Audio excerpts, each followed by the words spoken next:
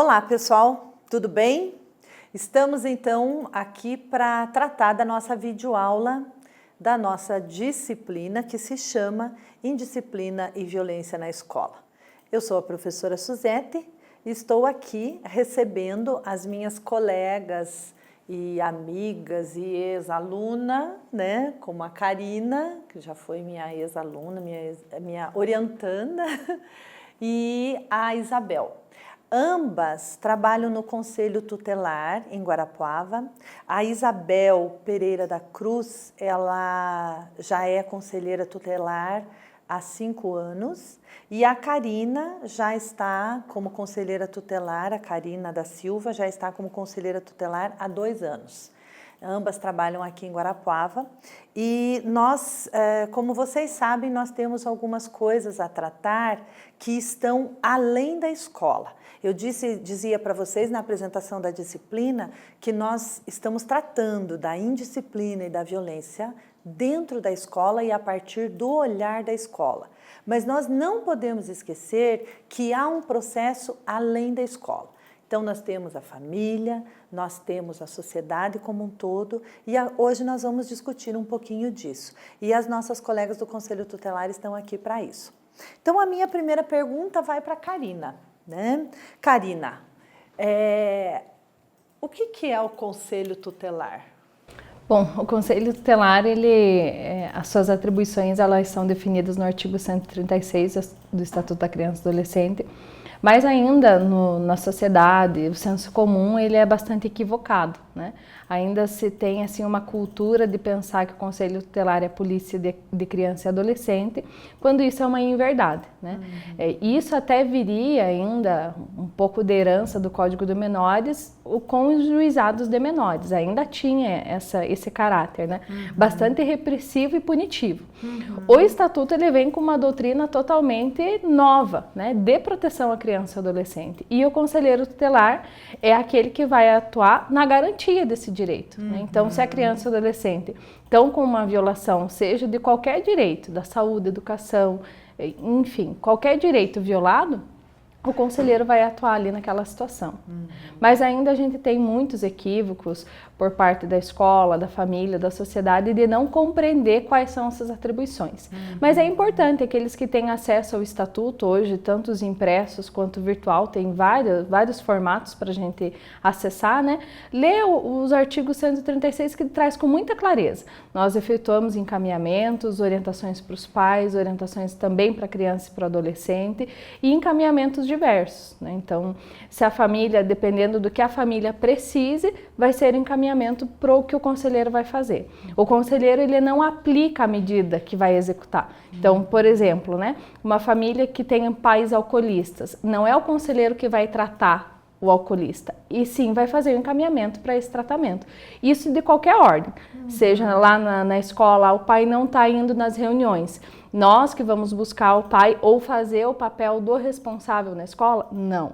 Nós vamos orientar, se for necessário, advertir esse pai para ele entender qual que é a função dele enquanto responsável. Interessante isso que você coloca, Karina, porque muitas vezes nós temos entendido, né, a questão dos encaminhamentos que são feitos do Conselho Tutelar, muitas vezes como só a garantia do direito. Mas a garantia do direito requer os deveres, né? Então, nós temos que prestar muita atenção nisso, que às vezes a escola não percebe isso, né? E até tem um certo preconceito, né? Com a questão das legislações e dos encaminhamentos que são necessários e importantes serem feitos, né? Eu gostaria de saber um pouquinho, Karina, assim, com relação à escola, né? Como é que é feito essa articulação do Conselho Tutelar com a escola? É muito importante para as pessoas que estão inseridas na equipe pedagógica e também os professores, né? Porque a gente tem uma certa dificuldade, principalmente com quem está em sala de aula. Às vezes o pessoal da equipe pedagógica já tem uma clareza, né? E às vezes as pedagogas, orientadoras e diretores têm mais facilidade no tratamento, seja com o conselheiro quanto com os alunos. E a gente percebe uma dificuldade maior nos professores, né? Não sei se aí cabe uma reflexão para a gente repensar as nossas licenciaturas, o estudo do Estatuto nas licenciaturas, né? Ótimo. Mas é importante não só o Estatuto da Criança e do Adolescente, como a própria LDB, né? Porque às vezes a gente acaba esquecendo ou porventura nem faz a leitura. E fica difícil a gente pensar um profissional atuar no seu campo de trabalho desconhecendo a legislação que compete a ele, né? Então, ler o Estatuto é muito importante para que a gente compreenda sem as viseiras de senso comum, né? Aquilo que a gente ouve na grande mídia que às vezes nem sempre é verdade. Mas no ambiente escolar, o que nós percebemos? É claro que todo aluno ele tem direito à educação, né? Assim como ele tem o direito também de ser respeitado. Isso em nenhum momento o Estatuto não vem dizer assim, olha, então a partir de agora, criança e adolescente, você é um ser muito poderoso, ninguém vai poder encostar em você.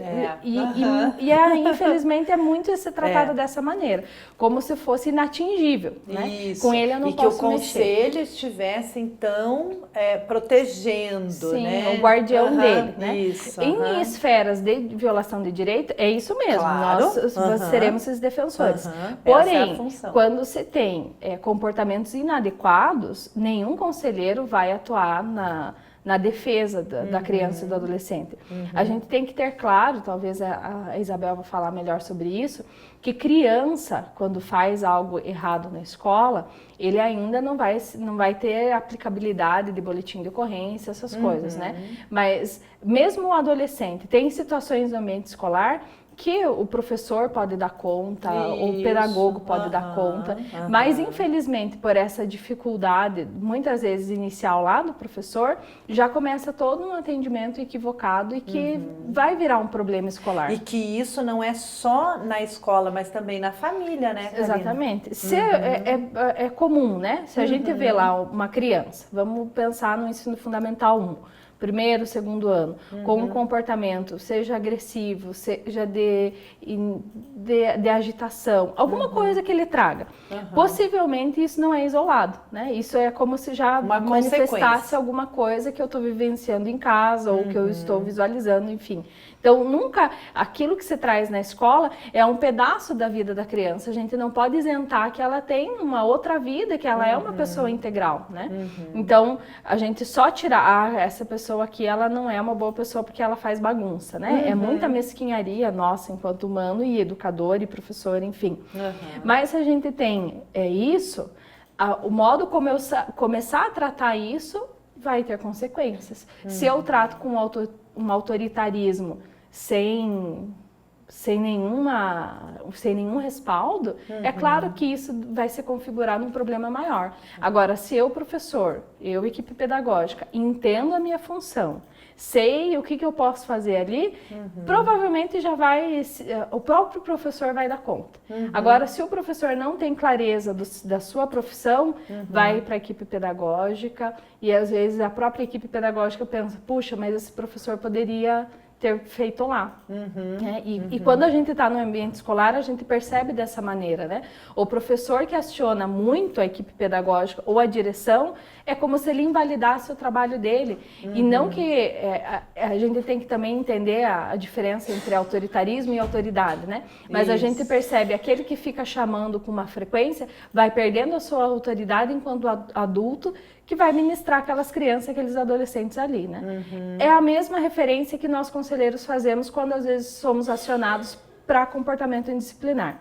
A equipe pedagógica está lá, um exemplo muito pequeno, né? Um aluno agrediu o outro, mas uma agressão leve, um puxão de cabelo, de repente. A equipe pedagógica dá conta disso, mas aciona o conselho tutelar. Olha, aconteceu isso. Não, o conselheiro, ele tem que entender qual que é a sua atribuição e dizer, olha, professora, eu não vou Não vou porque não compete a mim, né? A senhora consegue fazer uma orientação com essas crianças, aciona os pais, né? Explica para os pais o que está acontecendo. Aí, às vezes, muitas vezes a gente já vê se tem algum problema também da família, né? Porque aí a agressão veio, aciona os pais não vêm. Ou o pai vem e começa a agredir o aluno na frente da equipe pedagógica. Então já se visualizam outras situações que aí sim pode ser que seja a atuação do conselho tutelar. Mas se a escola aciona o conselho tutelar e a patrulha escolar com frequência, possivelmente é uma escola que está passando por problema pedagógico, né? Tem que rever o seu regimento interno. Se a escola tem um regimento interno efetivo que faz funcionar, possivelmente não vai chamar muito o conselho tutelar, porque as regras estão estabelecidas e está ali, está padronizado, ninguém vai ser contrário ao regimento interno. E é importante que os alunos e pais participem dessa construção, para que eles venham com a corresponsabilidade, né? O processo educacional, a escola tem sim o seu papel educativo no sentido de conhecimento, mas a socialização vai fazer, é uma via de mão dupla. Se o aluno não for e a família também não é a escola que vai assumir esse papel sozinha. A construção das regras, né, de convivência social passam também pela escola, né? Sim. Isso é muito, muito interessante a gente começar a participar deste processo de construção e é muito, muito interessante você também puxar o regimento escolar. E que muitas vezes crianças e pais e mesmo os professores da escola desconhecem, né, o regimento escolar. Então aí a gente fica realmente com um probleminha, né, a ser resolvido. Isabel, eu quero saber de você, então a gente falou bastante aqui, né, dessa relação escola, família e, claro, o conselho tutelar também, né, qual é o papel e quando que o conselho está, né, sendo chamado e quando o conselho deve ser chamado, né? E eu gostaria que você falasse, aprofundasse um pouquinho mais isso, né? Porque nós temos na escola a indisciplina. E como disse a Karina, muitos comportamentos, às vezes, que são comportamentos indisciplinados e que eles podem ser resolvidos na escola, né? Que o professor deve ter autoridade, deve construir os limites, né, juntamente com as crianças e com os jovens, os adolescentes, né, enfim, tudo isso a gente pode fazer dentro da escola. Mas tem momentos também de muito confronto. Eu trabalho no livro o conceito de tensão pedagógica, né? Então, é uma tensão pedagógica que nós temos entre professores e alunos, mediado pelo conteúdo, é uma tensão de autoridade, é uma hierarquia, existe uma hierarquia, então a escola é um regramento e um processo de construção hierárquica, de coerção e etc, etc, né? Porém, essa tensão, muitas vezes, chega em alguns limites, né? Isabel e a Karina também sabem disso, né? De confronto mesmo com o professor, de confronto com os alunos, entre os alunos, né? E aí, gerando uma violência mesmo, que chega a gente não... Os professores ficam realmente sem ação e não sabem como fazer essa abordagem. Então, eu gostaria que você falasse um pouquinho disso, né? Dessa questão da indisciplina e dessa violência, né? Que pode gerar também na escola. Como a Karina já bem começou, né, como introdução, essa indisciplina, a gente sempre costuma dizer que o ato infracional, ele já veio acompanhado de atos de uma indisciplina, né? E que, na verdade, culminou, né, geralmente, né, nesse ato infracional. Foi falado pela Karine também que a criança, ela é considerada criança de 0 até 12 anos, né? E ela, com 11 anos e 11 meses. 12 incompletos e a partir de 12 completos é adolescente. É adolescente, né? Até os 18 anos. Então, essa criança, essa chamada criança, quando ela comete o ato infracional que a gente diz, ela não comete porque não é feito o boletim de ocorrência, é aplicado a ela apenas medida de proteção. Né? E a partir dos 12 anos de idade, que a gente já fala que é o ato infracional, que seria crimes ou contravenção penal praticado pelo adolescente, né? E que é revertido como ato infracional. Então, ele tem vários, já é assim passivo de chamar a patrulha escolar, né? Fazer um boletim de ocorrência, né? Ser registros representado, em atas. isso. E a gente sempre fala assim que também isso aí não isenta a escola de fazer a parte dela como com o regimento escolar, com o conselho escolar. Né? Isso aí ele não fica passivo de não passar pelas sanções da escola. E tem muitas coisas assim que a gente vê que a escola poderia ter resolvido antes de ser transformado de chegar no ato neste momento infracional, né? No ato indisciplinar.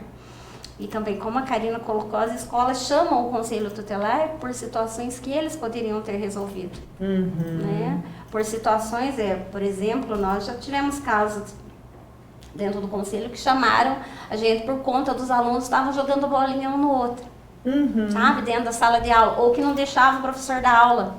A gente costuma dizer assim, é como nós, como pais, se nós por qualquer probleminha que nós tivermos dentro da nossa casa, a gente for chamar o conselho tutelar, eu perco minha autoridade quanto pai perante meu filho, quer dizer, eu não estou dando conta. Né? Eu não estou conseguindo. Né? Então a gente sempre diz, esse papel tem que ser nosso. Se nós não conseguirmos, aí sim nós vamos procurar ajuda.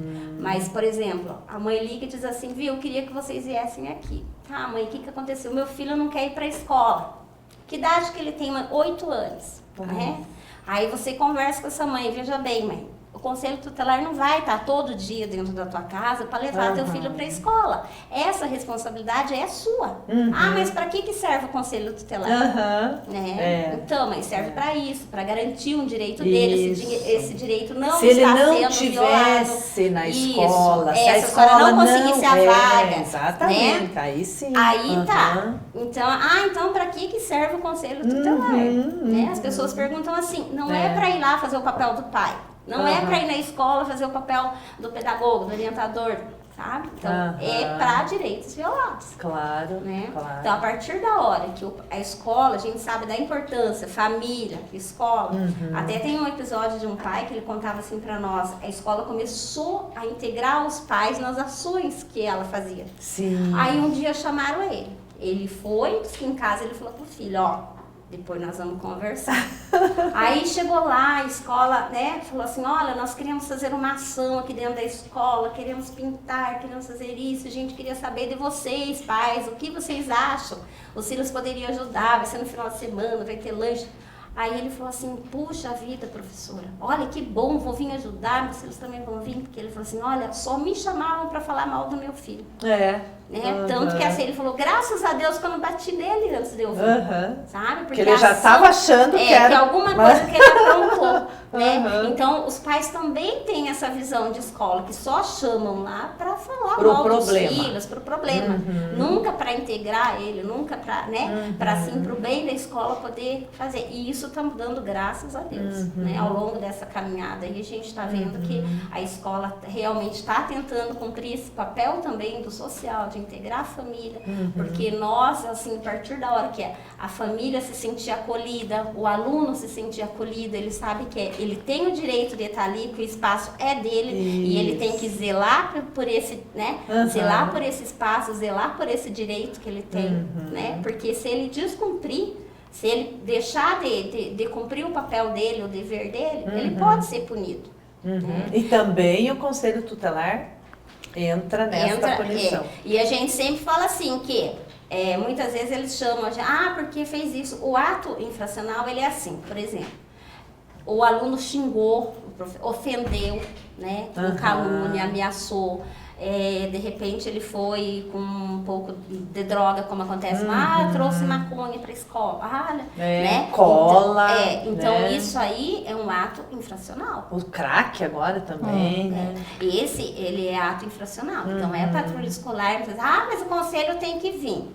Né? É chamado a família, porque essa responsabilidade tem que ser o pai, dividida. a mãe, o familiar, ele tem que saber o que está acontecendo com ele. A Isabel falou ali que nessas situações, né, quando se tem um ato infracional ou indisciplinar, ano passado nós participamos do Dia do Conselheiro Tutelar em Laranjeiras e foi um policial da patrulha escolar nos falar. E uma forma que ele utilizou, que eu achei interessante, até um pouco didático para a gente entender, a diferença entre os dois é quando o adolescente, o aluno, ele tem a intenção de fazer aquela ação. Isso é ato infracional. Então, por exemplo, quebrou um vidro na janela da sala. Ele pegou algo e foi a intenção dele, ato infracional. Quando é ato infracional, a partir de 12 anos até 18 incompleto, é adolescente. Cabe o registro de boletim de ocorrência, precisa ser acionado patrulha escolar, não conselho tutelar. Então, patrulha escolar que vai atuar. Por quê? Porque ele fez uma contravenção penal, que nós chamamos de ato infracional, estatuto, né? Sim. O estatuto vem trazer essa nomenclatura por conta de que é uma proposta também, as medidas socioeducativas não é uma penalidade. Né? A gente mistura muito no campo jurídico isso. Ele precisa pagar. Essa penalidade a gente pode alterar pelo termo de responsabilização. Né? Ele fez algo errado, ele vai ser responsabilizado por isso. E mediante o boletim de ocorrência, então ele vai já cumprir medidas socioeducativas, né? Que pode ser desde uma advertência lá com o promotor, como de repente até a privação de liberdade, se for um caráter mais extremo. As crianças, 12 anos incompletos, abaixo, que são crianças que cometeram um ato infracional, né, tem que ser acionado primeiro os pais. Né? Então, liga para o pai e para a mãe, faz uma reunião, cabe já registro em ata na escola, olha, seu filho fez isso, né? De que forma que a gente pode resolver essa situação. Né?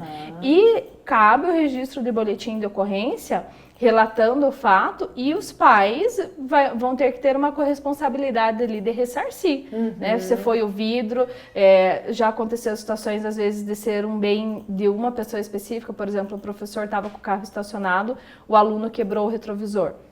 Como que vai ser, pai? Esvaziou o pneu. Vocês vão pagar esse valor aqui, porque os pais são responsáveis por aquela criança, né? Claro. Então, aí entra o conselho na medida protetiva, porque de repente a escola visualizou, tanto na situação da criança ou do adolescente, a ausência dos pais, ou uma agressão exagerada na responsabilidade daquela criança ou adolescente, porque a gente sabe que a família, ela, em alguns contextos, ela está fragilizada, né? Então, às vezes, o pai e a mãe já vêm com uma certa agressividade e tal. Então, aí, as equipes não podem ser omissas e não deixar de repassar para o conselho.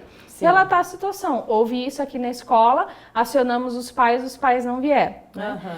Aí vem a cultura do não dá nada. Né? A gente diz assim que para criança e adolescente... Eles mesmos, né? Não dá nada. Não Eles vai dar mesmos nada dizem se a gente não fazer com que as coisas aconteçam.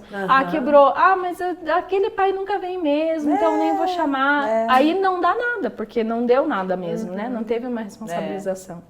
Mas é muito interessante isso que você está colocando por conta de que agora, agora, nós já temos esse trabalho sendo visto, né, pela escola e você tocou ainda há pouco, Karina, nessa questão da formação, né, a formação dos licenciados, das licenciaturas e a formação do pedagogo, e isso é alguma coisa muito interessante para nós, que trabalhamos como educadores sociais, como pedagogos escolares, educadores escolares. Nós já temos uma caminhada que traz nas diretrizes curriculares da formação do pedagogo essa necessidade de olhar além do contexto escolar. Né? Então, é um contexto não escolar. Então, olhar esse contexto, né, ver um pouco além dos muros da escola. E essas diretrizes agora de 2015 que estão saindo, elas estão trazendo uma discussão que vai para todas as licenciaturas, daí já não só, Isabel, da questão do pedagogo, né, como eu estava comentando com a Karina, mas também de todas as licenciaturas. E está escrito bonitinho ali nas diretrizes curriculares, medidas socioeducativas.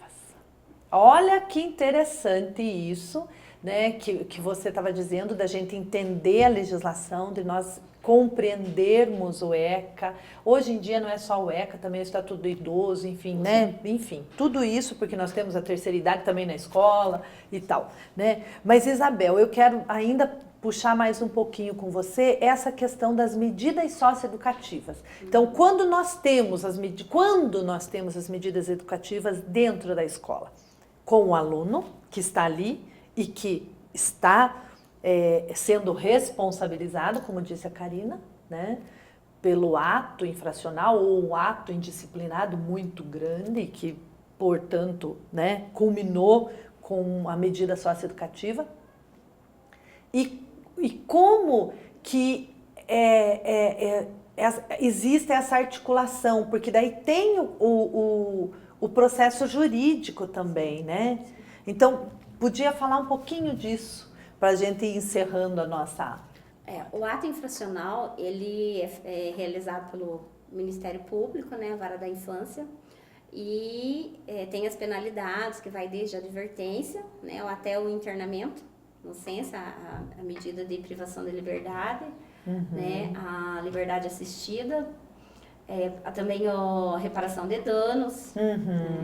E isso não tira do adolescente o direito dele, né? Isso, assim, a escola tem que ter esse olhar para a reintegração dele, porque ele está pagando, né? Ele está lá, cumpriu o ato infracional, ele está responsabilizado, porque não está nem pagando, ele está sendo responsabilizado pelo ato que ele cometeu, né? E isso não tira o direito dele, né, de frequentar a escola, da escola fazer um trabalho para que ele não seja, como que a gente diz? Não sofra preconceito, discriminação. Né,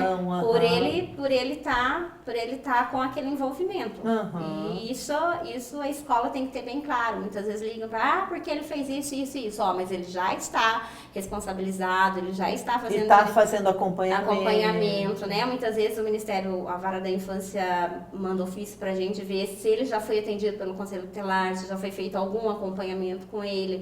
E o Conselho também, o Estatuto prega ali que também nós, dentro do ato infracional, nós vamos encaminhar esse adolescente, né, para as medidas também de proteção que forem cabíveis ao ato que ele cometeu. Né? Então tem que ter essa diferenciação, tem que ter esse olhar, né? Mais uma vez a escola também tem que estar preparada para isso. Né? Mas é isso, pessoal. Nós estivemos então agora, né, todo esse panorama, né, e acho que vai contribuir bastante para a nossa construção, não só pessoal, mas também profissional dentro do nosso curso aí de intervenção sociocultural para contextos escolares e não escolares. Uma boa sorte a todos, um grande abraço e até daqui a pouquinho.